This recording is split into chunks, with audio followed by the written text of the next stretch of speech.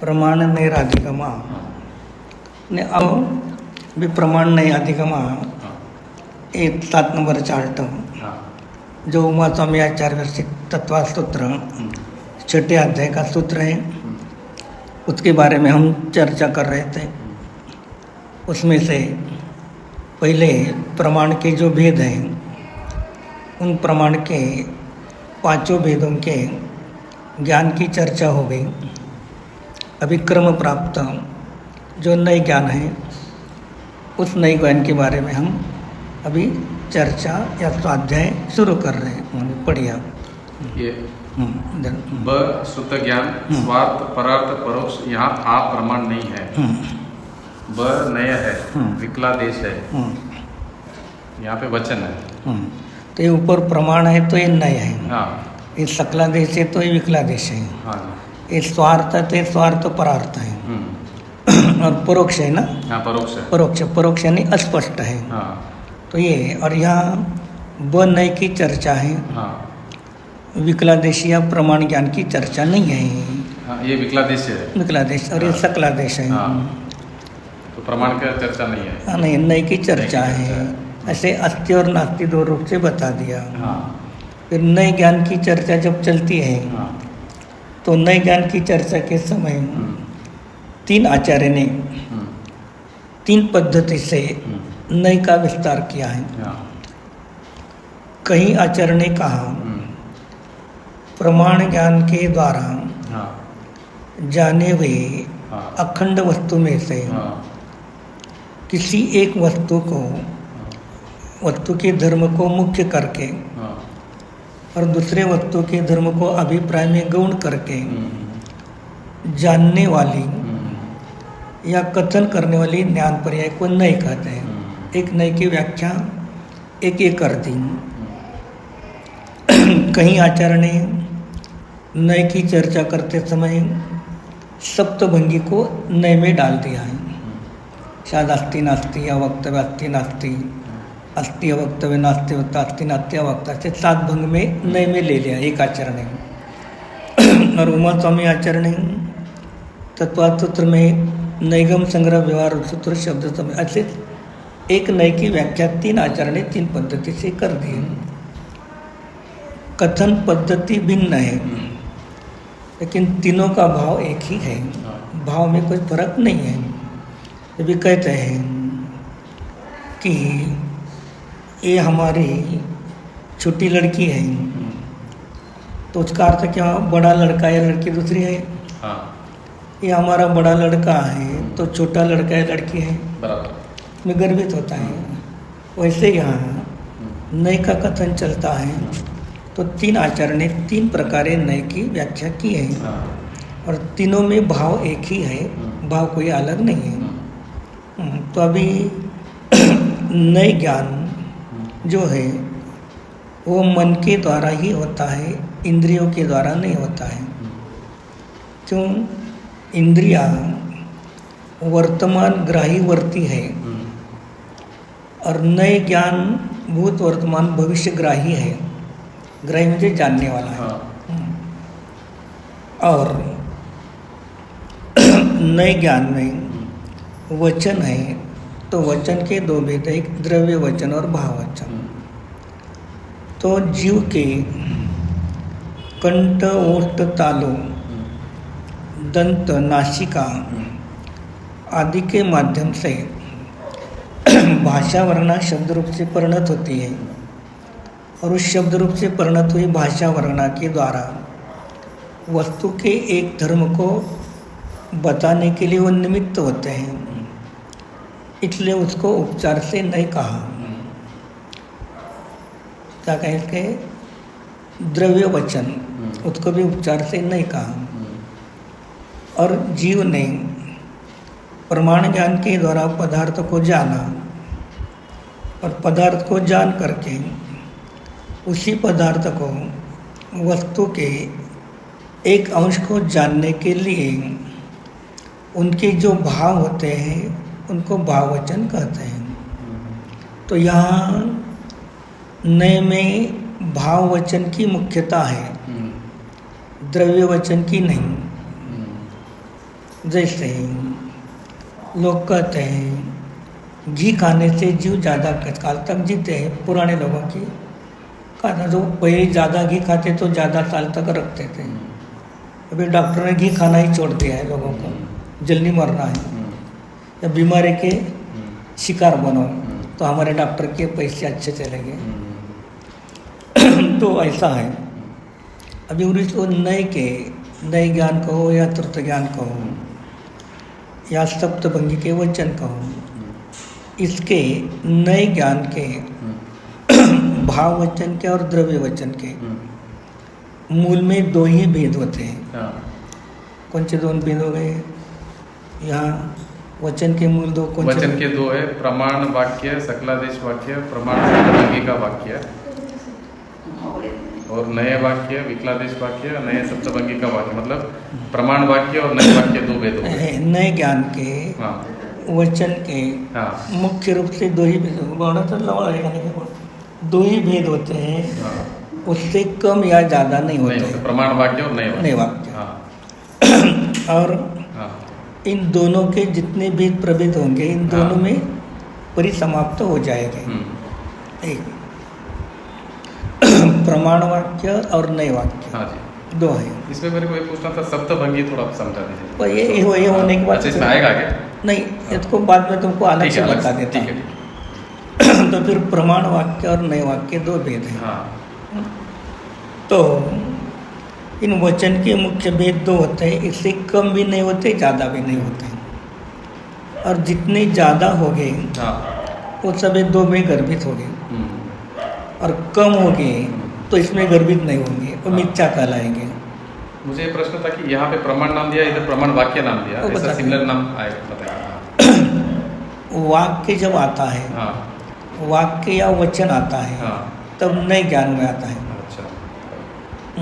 और अकेला प्रमाण आता है, तो प्रमाण आता है तो वहाँ नए नहीं होते हैं। और जहाँ नए होते हैं वहाँ वाक्य या वचन आता है। इस अपेक्षा से दोनों में फर्क है। इस प्रमाण ज्ञान में संपूर्ण वस्तु युगपत जानी जाती है। जानने का ही कार्य है, बताने का अधिक कार्य नहीं है। ये प्रमाण वाक्य और नए वाक्य दोनों भी सम्यक है। प्रमाण वाक्य और नए वाक्य दोनों भी सम्यक हैं। तो प्रमाण वाक्य और नए वाक्य दोनों सम्यक क्यों है, मैं आपसे पूछूंगा, तो आप क्या जवाब देंगे? क्योंकि वो सम्यक इसलिए है कि जो द्रव्य है उसी के बारे में बता रहे हो, वस्तु के बारे में बता रहे हो। इस अपेक्षा से सम्यक है। एक अभिप्राय हो गया। दूसरा अभिप्राय क्या है? तो आचार्य कहते हैं प्रमाण क प्रमाण वाक्य को ख नए वाक्य की अपेक्षा है, और ख नए वाक्य को क की अपेक्षा है। इसलिए सापेक्ष होने से सम्यक है। और दोनों निरपेक्ष हो तो मिथ्या कहलाते हैं। क्या कहलाता है? मिथ्या कहलाता है। इस अपेक्षा से सम्यक है, मिथ्या नहीं है। अभी उसमें फिर जो प्रमाण वाक्य है, उसमें दो वैरायटी। अभी क प्रमाण वाक्य के क प्रमाण वाक्य की क्या व्याख्या की? आपको कल राजवर्ती का दिखाया था। एक धर्म प्रधान भावेन साकल्येन वस्तुना प्रतिपादकता सकला। वस्तु के एक धर्म को मुख्य करके संपूर्ण वस्तु का कथन करना या जानना, इसके लिए उसको प्रमाण वाक्य कहा। ये प्रमाण वाक्य का लक्षण है, व्याख्या है या स्वरूप है। अभी ये प्रमाण वाक्य के वचन के फिर दो मूल भेद बन गए। कितने बन गए? दो भेद बन गए। मूल भेद, अमूल भेद, अभेद वृत्ति द्रव्यार्थिक, अभेदोपचार पर्यायार्थिक। ये दो नुस्खे क्या हो गए? एक प्रमाण वाक्य के मूल दो भेद बन गए। हाँ। अभी उसमें हाँ। जो अभेद वृत्ति है, हाँ। अभेद प्लस वृत्ति बराबर अभेद वृत्ति नहीं, तर अभेद और वृत्ति ऐसे दो वाचक शब्द हैं। तो फिर अभेद किसको कहेंगे और वृत्ति किसको कहेंगे? तो आचार्य कहते हैं द्रव्य में गुण अभेद रूप से रहते हैं। उसमें से एक गुण को मुख्य करके संपूर्ण द्रव्य को बताना, इसका नाम अभेद वृत्ति या प्रमाण वाक्य का एक भेद हो गया। अभी पढ़ो उसमें क्या लिखा है। अभेद वृत्ति के बारे में पढ़ो। वही पढ़ना है। निश्चय ने अभी अभेद वृत्ति का प्रतीक होगा कि नहीं? हाँ जी। द्रव्य में गुण अभेद रूप से रहते हैं। हाँ। इसलिए अभेद वृत्ति। हाँ। एक अर्थ हुआ एक अर्थ रहना और एक वृत्ति का अर्थ जानना है। जानना है। दोनों। हाँ। आगे अभेद से जानना है। जानना है। लेकिन कैसे? एक गुण को मुख्य करके। हाँ, एक संपूर्ण वस्तु को। हाँ। और यहाँ ऊपर कैसे? संपूर्ण गुण वस्तु को मुख्य करके। हाँ। यहाँ पे एक ही गुण को मुख्य करना है, पर्याय को नहीं पर्याय, एक किसी भी एक गुण को मुख्य करके। हाँ। निश्चय ने, परम शुद्ध निश्चय ने कारण परमात्मा, कारण समय सार, ध्रुव दृष्टि से अशेष धर्मात्मक अखंड द्रव्य जानना, कथन करना, व गुण के द्वारा अशेष धर्मात्मक अखंड द्रव्य जानना, कथन करना, ज्ञानवान टंकोत्कीर्ण ज्ञायक स्वभाव। तो ज्ञान एक गुण से कहाँ मुख्य कर रहे हैं इस कथन में? ज्ञान कहाँ के नहीं? हाँ। ज्ञायक कहाँ के नहीं? हाँ। तो ज्ञान और एक ज्ञायक गुण है क्या? पहला निश्चय नहीं कहा है। तो इसका अभेद वृत्ति को ही, अभेद वृत्ति ये आगम के शब्द है। हाँ। और निश्चय ने ये अध्यात्म के शब्द है। हाँ। और परम शुद्ध निश्चय ने आध्यात्मिक शब्द है। कारण परमात्मा वो भी आध्यात्म के शब्द है। अच्छा। कारण समय सार, ध्रुव दृष्टि से अशेष। ध्रुव दृष्टि एक नहीं, ध्रुव। हाँ। तो गुण ध्रुव है कि नहीं? गुण ध्रुव। हाँ। तो गुण ध्रुव दृष्टि से गुण को ज्ञानवान, चारित्रवान, श्रद्धावान, सुखवान, ऐसे किसी भी एक गुण को से कथन करना, संपूर्ण द्रव्य को जानना और कथन करना। वो क्या जानना और कथन करना लिखा है कि नहीं? हाँ। क्या कथन करना लिखा है? नहीं, द्रव्य जानना, कथन करना। फिर ऐसा क्यों लिखा? द्रव्य जानना, कथन करना। ऐसा क्यों लिखा? नहीं है ना, वचन से जानना और कथन करना क्यों कथन लिखा? करना, वचन से कथन। अगर अकेले हाँ। कथन करना क्यों नहीं लिखा? ये अभेद वृत्ति है ना, इसलिए नहीं। तो आचार्य क्या कहते हैं? हाँ। जानोगे तो कथन करोगे, अन्यथा नहीं। जानोगे तो कथन करोगे। इससे पहले जानना, बराबर, फिर बाद में कथन करना। हाँ। ये आया है। और कोई कहेगा मैं बिना जाने कथन करूँगा, हाँ। तो उसको कथन को कोई भी वैल्यू नहीं है। नहीं है। और ये अभेद वृत्ति हाँ। या परम शुद्ध निश्चय नहीं। हाँ। या नीचे लिखा ज्ञानवान टंकोत्कीर्ण ज्ञायक स्वभाव, मतलब ज्ञानवान गुण से ज्ञान गुण के तरह वान यानी संपूर्ण वस्तु को ले लिया है। हाँ। इसलिए अभेद वृत्ति नहीं है। हाँ। आगम भाषा की अपेक्षा से। हाँ। और अध्यात्म भाषा की अपेक्षा से हाँ। निश्चय नहीं है, परम शुद्ध निश्चय नहीं आदि, ये सब अध्यात्म भाषा की अपेक्षा नाम दिए। हाँ जी। हाँ। तो ये अभेद वृत्ति हाँ, समझ में जो है नहीं, हाँ।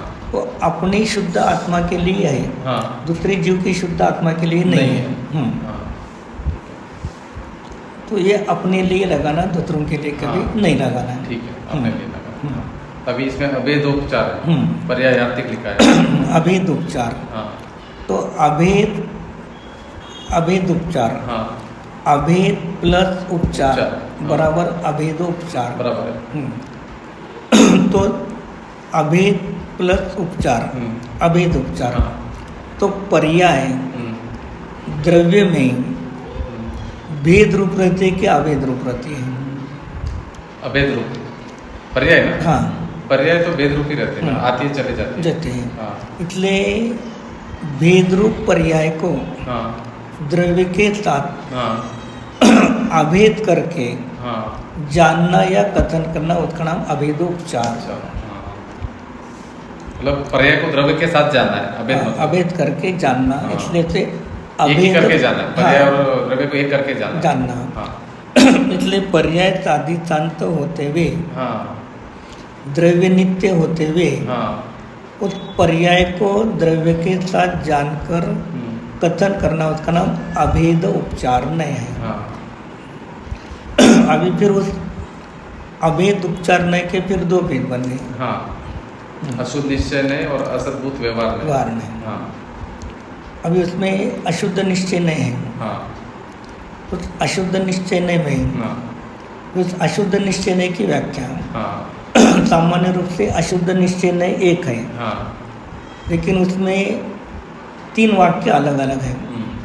एक अशुद्ध है, एक निश्चय है और एक नहीं है। बराबर। फिर तीनों का लक्षण अलग अलग है।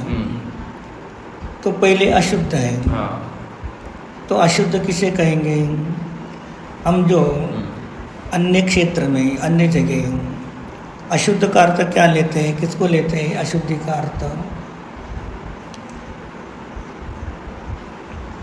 जो शुद्ध नहीं है, जो अशुद्ध मतलब तो हम जहाँ जब अशुद्ध कहते हैं तो राग आदि विकारी परिणाम को अशुद्ध कहते हैं। बराबर। ये हाँ लेकिन यहाँ अशुद्ध का भाव वो नहीं लेना है। तो यहाँ अशुद्ध का भाव क्या लेना है? द्रव्य गुण, द्रव्य पर्याय, गुण पर्याय, हाँ द्रव्य पर्याय, द्रव्य गुण, द्रव्य पर्याय,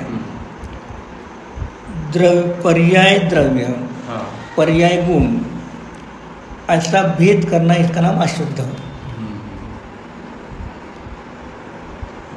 भेद का नाम अशुद्ध। और फिर अशुद्ध निश्चय। निश्चय किसको कहेंगे? भेद करके, हाँ भेद करके संपूर्ण वस्तु को बताना, अखंड वस्तु को बताना। बराबर। इसलिए उसको निश्चय कहा। हाँ और नए विकलादेश नए किसे ले आए? एक अंश को बताते हैं, इसको नहीं कहते। तो नए का अर्थ हाँ वहाँ वो नहीं लेना है जो आप कह रहे हैं। तो नए का अर्थ वक्ता के और श्रोता के जानने के दृष्टिकोण को नहीं कहेंगे। समझ में आया। तो ऐसे अशुद्ध निश्चय का ये लक्षण है। हाँ समझ में आया। अभी अशुद्ध निश्चय में अशुद्ध निश्चय के इतने भेद हैं। हाँ 1 2 3 4 5 6 7 8 इत्यादि कहा करें। हाँ 8 मतलब बहुत है अभी। जितने जहाँ जिस आगम में हाँ आएंगे चारों अनुयोग में, वहाँ तुम यथाशक्ति जान लो। बराबर। चाहे कॉलेज में और स्कूल में कोई गणित के टीचर होते हैं, हाँ तो उनको त्रिकोण बनाना है। तो क्या करते हैं? ABC या DAG कुछ भी लिखते हैं, उनको चाहिए। और ऐसे 2-3 उदाहरणों को बताते हैं। और मेरे जैसा शिष्य देखा हुआ है, टीचर ने ऐसे ऐसे त्रिकोण, इनको एक एक कोने को एक एक नाम दिया है। और फिर परीक्षा में तो टीचर ने नाम दिए तो नहीं आए, दूसरे ही आए। तो कहता टीचर ने हमें ऐसे सिखाया नहीं है। वो नाक्षर वो नाम हो तो हम मानेंगे। इससे तुमने इतना ही बनाया है, अन्य नहीं बनाया है, इसलिए वो इत्यादि लिखा है। हाँ इत्यादि इत्यादि कहा है। अभी अशुद्ध निश्चय में पहला कॉलम कौन सा है? शुद्ध नहीं। तो किसमें नए हैं? शुद्ध नए किसमें? अशुद्ध निश्चय नहीं में शुद्ध नहीं। एक शुद्ध नए है। हाँ अशुद्ध में शुद्ध है। और दूसरा अशुद्ध में एक देश शुद्ध निश्चय नहीं। और अशुद्ध में तीसरा अशुद्ध निश्चय नहीं। हाँ तो ऐसे अशुद्ध निश्चय नहीं के अशुद्ध पूर्ण शुद्ध नहीं, एक देश शुद्ध नहीं और अशुद्ध निश्चय नहीं। 3 है। तो ये अशुद्ध निश्चय नहीं, ये सामान्य, और ये सब भेद विशेष है। अशुद्ध निश्चय नहीं सामान्य है क्या? नहीं, ये ऊपर वाला ये सभी अशुद्ध निश्चय के भेद है कि नहीं? हाँ। इसलिए ये अशुद्ध निश्चय नहीं होगा सामान्य। सामान्य हाँ। और इस अशुद्ध निश्चय में ये अशुद्ध निश्चय हो गया विशेष। अच्छा। और इस अशुद्ध निश्चय में अशुद्ध द्रव्यार्थिक हो गए विशेष। हाँ अशुद्ध अशुद्ध विशेष हो गया। बराबर। तो लोगों को अटता है अशुद्ध निश्चय में शुद्ध निश्चय कैसे बता रहे हैं? हाँ अशुद्ध निश्चय में एक देश शुद्ध निश्चय नहीं कैसे बता रहे हैं, ऐसे तो लोगों को आता है, इसलिए नई को समझना पहले महत्व की बात है। अभी पढ़ो इसको। शुद्ध नय अथवा पूर्ण शुद्ध पर्याय के द्वारा अशेष धर्मात्मक द्रव्य को जानना या कथन करना शुद्ध निश्चय ने केवली अनंत कार्य समयसार सिद्ध। तो अनंत कार्य समयसार और सिद्ध ये क्या है?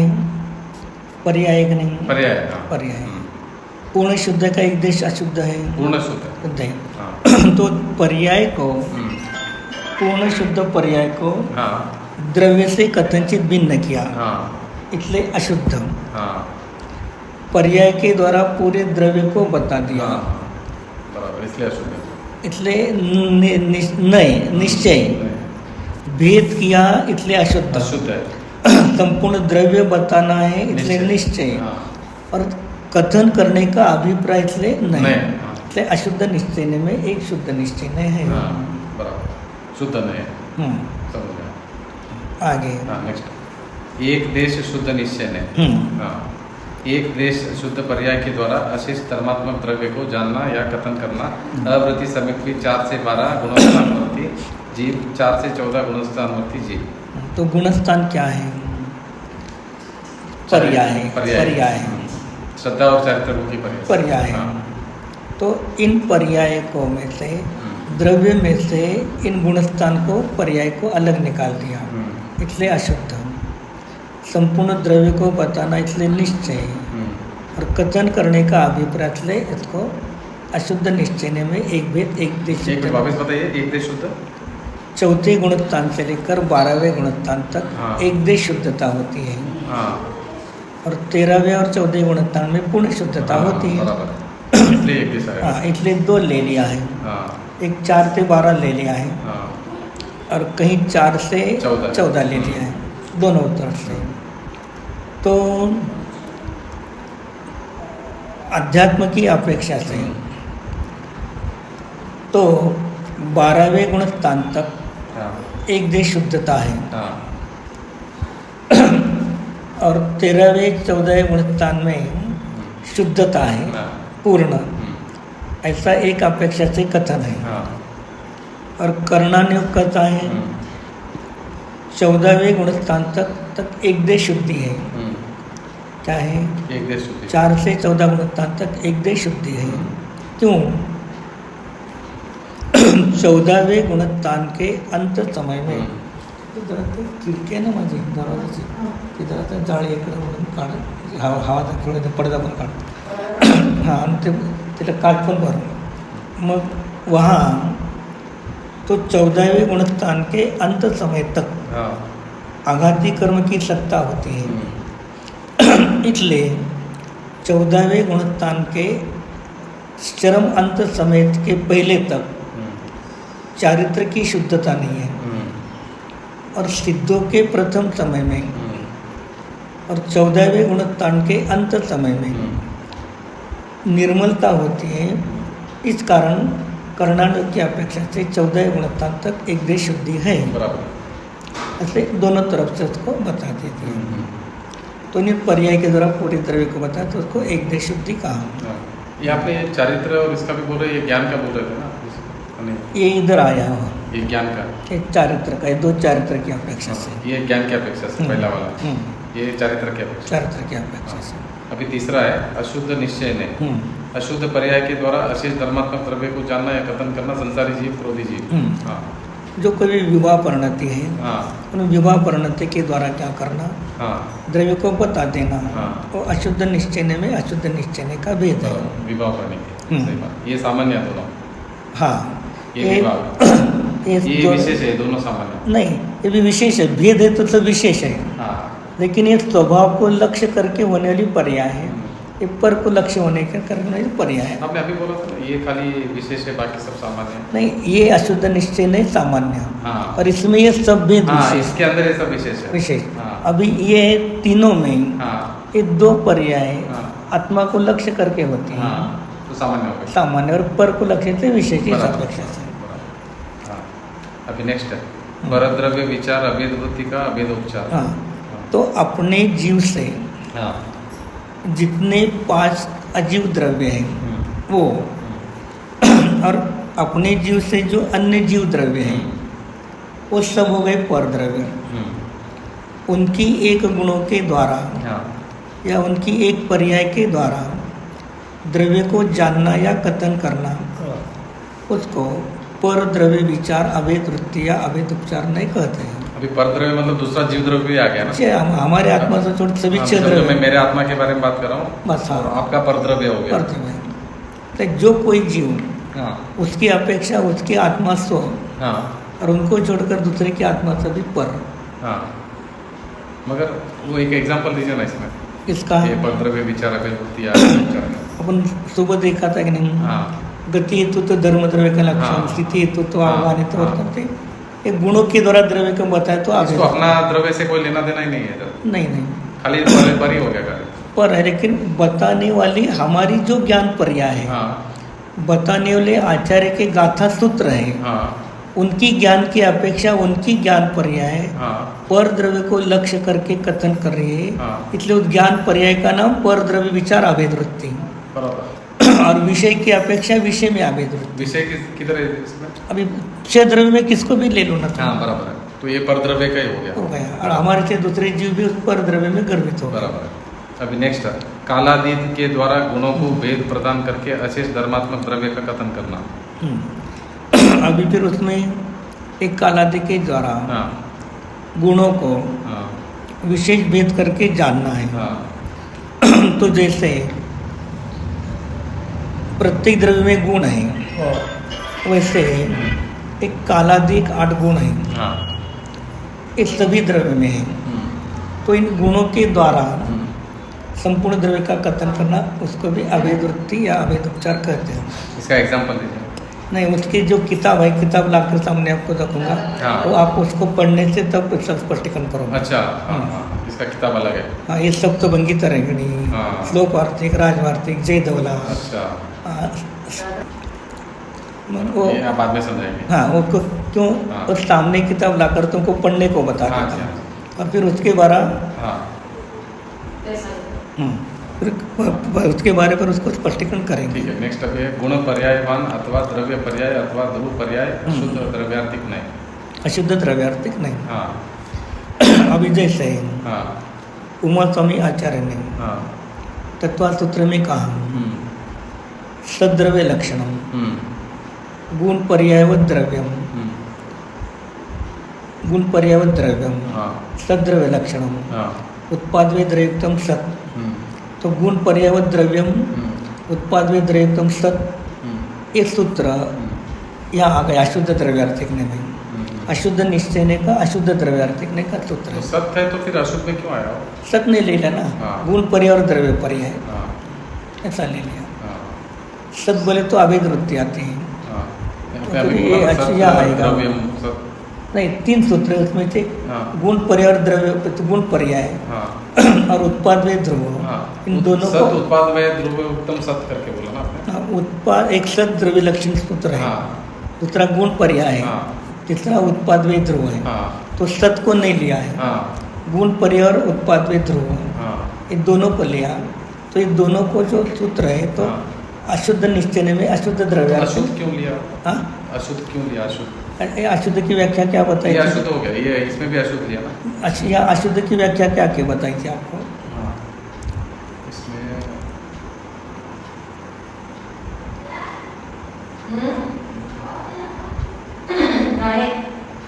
ये आपने बताया था द्रव्य पर्याय, गुण पर्याय, भेद करना। भेद किया इसलिए अशुद्ध। भेद किया इसलिए अशुद्ध, और पूरा द्रव्य बताना इसलिए अशुद्ध द्रव्य। बराबर, अशुद्ध समझ में भेद किया। तो ऐसे आचार्य के सूत्र में गाथा में उस सूत्र गाथा के अनुसार कौन सा नहीं है बराबर निकालना चाहिए। तो इधर तो अशुद्ध मालूम पड़ गया, इधर अशुद्ध तो वही है कि ना, गुण भेद पर्याय भेद भेद किया, वापिस अशुद्ध भेद किया इसलिए अशुद्ध। तो इधर द्रव्यार्थिक नहीं लिखा है, अशुद्ध द्रव्यार्थिक नहीं लिखा है, नुसता द्रव्यार्थिक नहीं। भेद गुण पर्याय उत्पाद व ध्रुव, ये भेद करके किसको बता रहे हैं? द्रव्य को बता रहे हैं, इसलिए अशुद्ध द्रव्यार्थिक नहीं। इसलिए अशुद्ध द्रव्यार्थिक नहीं। अभी नेक्स्ट है स्मृति प्रत्यय विज्ञान तर्क अनुमान इनको परामर्श करने वाला वचन। अभी जो ऊपर परोक्ष है कि नहीं अप्रमाण, हाँ बराबर परोक्ष है। उसके कितने भेद हैं? इसमें 5 भेद है। हाँ, कौन कौन से हैं? उसमें है स्मृति प्रत्यय विज्ञान तर्क अनुमान और आगम। आगम है क्या वहाँ? इसमें आगम नहीं है। लेकिन ये पूरा चार्ट आगम है। हाँ इसलिए उसको दूसरी बताने की अलग बात है। जरूर नहीं बराबर। तो ये ऊपर के स्मृति प्रत्यभिज्ञान तर्क अनुमान हाँ ये प्रमाण ज्ञान है, हाँ स्वार्थ है, ज्ञानात्मक है। इन्हीं ज्ञानों को जो वचन की अपेक्षा होते तो नए में आते हैं। हाँ हाँ, इधर वचन नहीं है तो इसमें आ जाते हैं प्रमाण में आते हैं। इधर वचन है तो नए में आते नए हैं, में आते हैं। नए हाँ, में आते हैं। ठीक है। नेक्स्ट तो अभी इत्यादि है। हाँ, इत्यादि ने आगम में जहाँ जैसा हो हाँ तो उसको वैसा जान लेना। हाँ, अभी इधर